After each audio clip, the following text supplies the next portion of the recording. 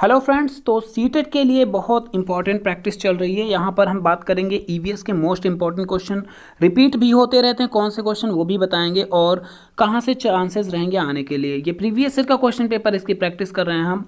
ये है 29 दिसंबर का पेपर 2021 का, इसलिए और ये केवीएस के लिए भी इंपॉर्टेंट रहेगा। इसलिए अगर आप केवीएस के लिए भी तैयारी करें तो उसके लिए भी हेल्पफुल रहेगा, क्योंकि उसमें भी 60 क्वेश्चन आएंगे पेडागोजी के। चलिए बढ़ेंगे। यहाँ पर क्वेश्चन क्या कह रहा है? क्वेश्चन कह रहा है, या पीडीएफ थोड़ा सा बड़ा करेंगे। क्वेश्चन कह रहा है कक्षा 5 में एक पाठ दिया गया, किसके जंगल। ठीक है, ये ईवीएस में पाठ दिया गया है। पर चर्चा करने के लिए अध्यापिका ने सूर्यमणि के सच्चे किस्से को सुनाया। सूर्यमणि का सच्चा किस्सा सुनाया है अध्यापिका ने, जिसमें उसने एक केंद्र तोरांग की स्थापना की थी, जो कि देखता था। केंद्र तोरांग जो था वो किस चीज़ को देखता था, ये बात की जा रही है।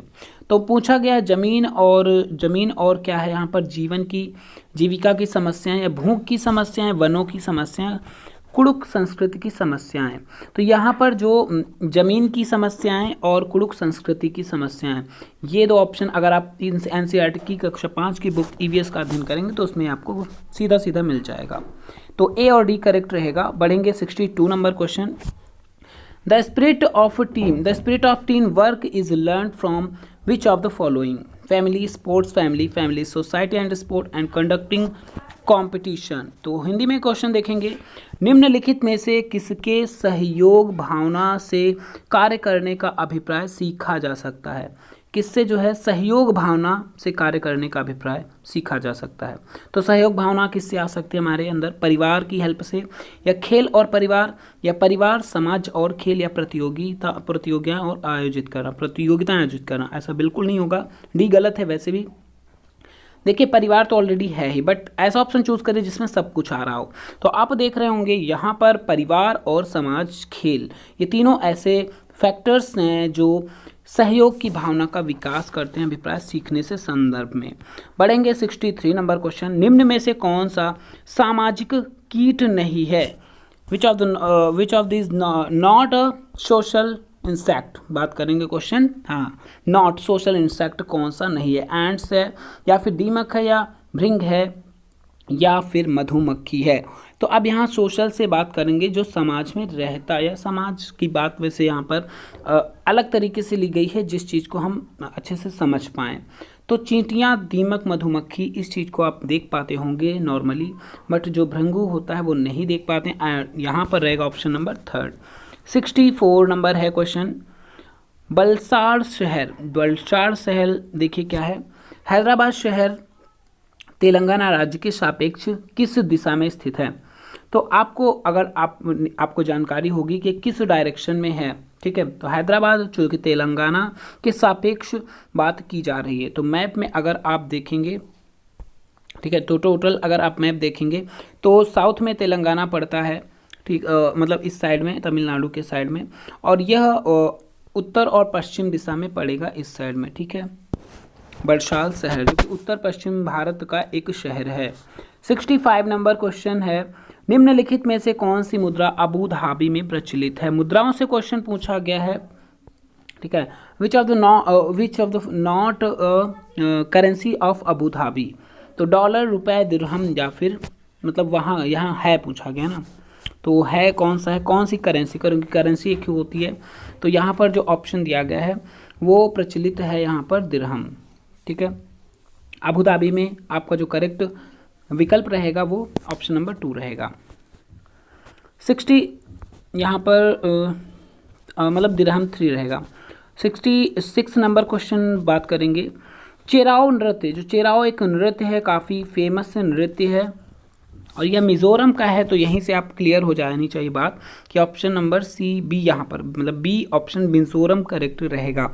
आगे आप इसमें इसकी विशेषताएं दी गई हैं कि कैसे किया जाता है। 67 नंबर क्वेश्चन की बात करेंगे हम। क्वेश्चन है, छत पर वर्षा के पानी के संरक्षण, जो छत है उस पर वर्षा के पानी के संरक्षण करके भौम जल को पुनः आवेशित किया जाता है। इस पारंपरिक विधि का उपयोग निम्न में से किस राज्य में किया गया था? ये काफ़ी फेमस है, रिपीट हुआ है क्वेश्चन काफ़ी बार। तो कौन से उसमें जो है रिपीट किया गया है, मतलब वर्षा पानी का संरक्षण करके भौम जल को पुनः आवेशित करना, जो कि राजस्थान यहाँ पर करेक्ट ऑप्शन रहेगा। Option number 2 will be the right answer. 68 question की बात करेंगे। भारत के निम्नलिखित राज्यों में से ब्रह्मपुत्र नदी कहाँ से होकर बहती है? ब्रह्मपुत्र नदी की आप बात करेंगे तो वह भारत में असम में प्रवेश करती है और बहती हुई वह बांग्लादेश में जाती है और उसके बाद आपको मिल जाती है बंगाल की खाड़ी में। तो कहाँ से होकर बहती है? असम और मिजोरम से, मेघालय से, अरुणाचल प्रदेश, या फिर यहाँ पर त्रिपुरा और मणिपुर। सॉरी, यहाँ पर मैंने असम बताया, अरुणाचल प्रदेश और असम होगा। ठीक है, असम अरुणाचल प्रदेश में एंट्री करती है एंड देन जाती है वो असम में। तो option number 3 will be the right answer. 69 number question देखेंगे। भावी पीढ़ी के सामाजिकरण में, जो भावी पीढ़ी होती है उसके सामाजिकरण में परिवार की महत्वपूर्ण भूमिका होती है और इस परिस्थिति में परिवार कैसा माध्यम होगा? परिवार कैसा माध्यम होगा? प्राथमिक सामाजिकरण का, ये काफ़ी रिपीट होता है क्वेश्चन। परिवार कैसा सामाजिक है, सामाजिकरण का कैसा रूप है? तो वो है प्राथमिक सामाजिकरण का। बढ़ेंगे अगले प्रश्न। अगर स्कूल की बात की जाए तो वो द्वितीयक में आ जाएगा। 70 नंबर क्वेश्चन पर बात करेंगे। वातावरण को बचाने की आवश्यकता, क्वेश्चन है वातावरण को बचाने की आवश्यकता के लिए हुए कई आंदोलनों को समर्थन मिला। निम्न में से किसने 1970 के चिपको आंदोलन में निर्णायक भूमिका निभाई थी? तो काफ़ी फेमस है चिपको आंदोलन, जो कि उत्तराखंड राज्य से चमोली जिले से, मतलब वहाँ से प्रारंभ हुआ और यह संबंधित हैं सुंदरलाल बहुगुणा। 71 नंबर क्वेश्चन की बात करेंगे। 71 नंबर क्वेश्चन। महाराष्ट्र, मध्य प्रदेश और गुजरात में जो की बात करें अगर हम, तो बड़े बांधों के निर्माण के कारण स्थानीय व्यक्तियों को अपने प्राकृतिक आवास को छोड़ना पड़ा और इस प्रकार की गतिविधि को क्या कहते हैं? क्या कहते हैं इस प्रकार की गतिविधि को? तो ऐसी गतिविधि को आप, इसमें कोई डाउट नहीं रहना चाहिए, विस्थापन, क्योंकि वो एक जगह से दूसरी जगह छोड़कर चले जाते हैं। बढ़ेंगे 72 नंबर क्वेश्चन। क्वेश्चन कह रहा है हमारे पके हुए भोजन को खुला या बिना, भोजन से संबंधित पूछा गया है। पके हुए भोजन को खुला या बिना फ्रिज में रखे लंबी अवधि के लिए नहीं छोड़ना चाहिए। निम्न में से कौन सा कारक पके हुए भोजन को बेकार करने के लिए जिम्मेदार है? किसकी वजह से पका हुआ भोजन बीमार हो, मतलब बेकार हो जाता है? यहाँ पर ऑप्शन कीट, विषाणु, फफूंद या जीवाणु। तो ऑप्शन जो रहेगा जीवाणु, बैक्टीरिया उसमें बढ़ने लगते हैं जिसकी वजह से वह खराब होने लगता है। 73 नंबर क्वेश्चन की बात करेंगे। क्वेश्चन है यहाँ पर प्रत्येक भोज्य पदार्थ, देखिए भोजन से दूसरा क्वेश्चन पूछा गया है। प्रत्येक भोज्य पदार्थ के पैकेट पर उसे पैक या बंद करने की तिथि दी जाती है। क्यों, ऐसा क्यों किया जाता है? प्रत्येक भोज्य पदार्थ की अपनी निधानी आयु होती है, मतलब खुद की अपनी एज होती है कि कितने दिन के लिए वो यूजेबल रहेगा, इसलिए दी जाती है क्या है? या फिर भोज्य पदार्थ के प्रक्रमण और पैकिंग की अवधि में कई परिरक्षकों का उपयोग किया जाता है। ये भी बिल्कुल सही है, क्योंकि उसमें परिरक्षकों का उपयोग किया जाता है। कुछ निश्चित समय के पश्चात उनमें रोगाणु उत्पन्न हो सकते हैं जो उसको खराब कर देंगे। ये भी बात सही है। हमें इन भोज्य पदार्थों का उपयोग नहीं करना चाहिए जिस पर लिखा हुआ समय समाप्त हो चुका है। ये तो 100% सही है, मतलब ऑल ओवर यहाँ पर सारे ऑप्शन देखें तो सारे करेक्ट रहेंगे। बढ़ेंगे अगले क्वेश्चन पर। 74 नंबर प्रश्न है। क्वेश्चन है मच्छरों के प्रजनन की रोकथाम के लिए। मच्छरों से क्वेश्चन काफ़ी इंपॉर्टेंट रहता है, डेंगू मलेरिया फैलाने का काम करते हैं। मच्छरों के जो प्रजनन की रोकथाम के लिए कई विधियां प्रस्तावित की जाती हैं। निम्नलिखित में से वह विधि ज्ञात कीजिए जो मच्छरों के प्रजनन को नहीं रोकती है। नहीं रोकने वाली विधि को बताना है। पहला ऑप्शन, कूलर के पानी को सप्ताह में कम से कम 2 बार बदलें। जी, इससे तो हाँ किया जा सकता है, प्रजनन को रोक सकता है। दूसरा है तालाब और पानी इकट्ठा होने वाले स्थानों में मछली डालें जो कि मच्छरों के लार्वा को खा जाते हैं। बिल्कुल सही।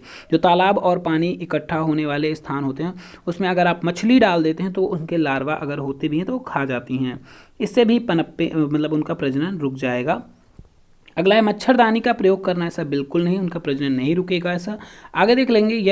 यदि किसी स्थान पर पानी इकट्ठा हो गया है तो तेल का छिड़काव, जो मिट्टी का तेल होता है उसके अगर आप छिड़क देंगे तो उस पानी की लेयर पर कोई टैंक है, कहीं पे पानी इकट्ठा है, तो उसकी लेयर के ऊपर अगर आपने मतलब ऊपर से तेल छोड़ दिया तो लेयर कवर्ड हो जाएगी उस ऑयल से, और वहाँ पर ऑक्सीजन एंटर करना बंद हो जाएगी, एंड देन वहाँ पे जितने भी लार्वा अगर होंगे पानी में वो मर जाएंगे। तो ऑप्शन नंबर 3 बनेगा करेक्ट। बढ़ेंगे अगले क्वेश्चन पर। वीडियो पसंद आए तो लाइक ज़रूर करिएगा, शेयर भी करिएगा। 75 नंबर है, दस्त के रोगियों को चिकित्सक परामर्श देते हैं, क्या देते हैं? देखिए बात करेंगे। दस्त के रोगियों को चिकित्सक परामर्श देते हैं वे अधिक मात्रा में उबालकर ठंडा किया हुआ पानी जिसमें चुटकी भर नमक व थोड़ी सी चीनी मिली हो पिए। ऐसा वो क्यों देते हैं, ये बात पूछा गया है। केवल चीनी वाला पानी आंत नहीं खोल सकती, या फिर चीनी की और पानी वाला सम्मिश्रण सरलता से सोखा जा सकता है। सभी बिल्कुल से, दोनों सही हैं। केवल चीनी आंत नहीं खोल सकती, बल्कि चीनी और पानी का जो सम्मिश्रण होता है वो सरलता से सोखा जा सकता है, बॉडी की तो अब्जॉर्ब किया जा सकता है। उबालने पर पानी जीवाणु रहित हो जाते हैं, यह भी बिल्कुल सही है। तो तीनों विकल्प यहाँ पर मतलब सही हैं, तो ऑप्शन ABC मतलब फर्स्ट रहेगा करेक्ट। पेडागोजी के क्वेश्चन अगले वीडियो में मिलेंगे, हम आपके लिए लेकर काफ़ी इंपॉर्टेंट रहेंगे, सीखेंगे कुछ इसमें ट्रिक जो कि आपके लिए काफ़ी हेल्पफुल रहेंगी।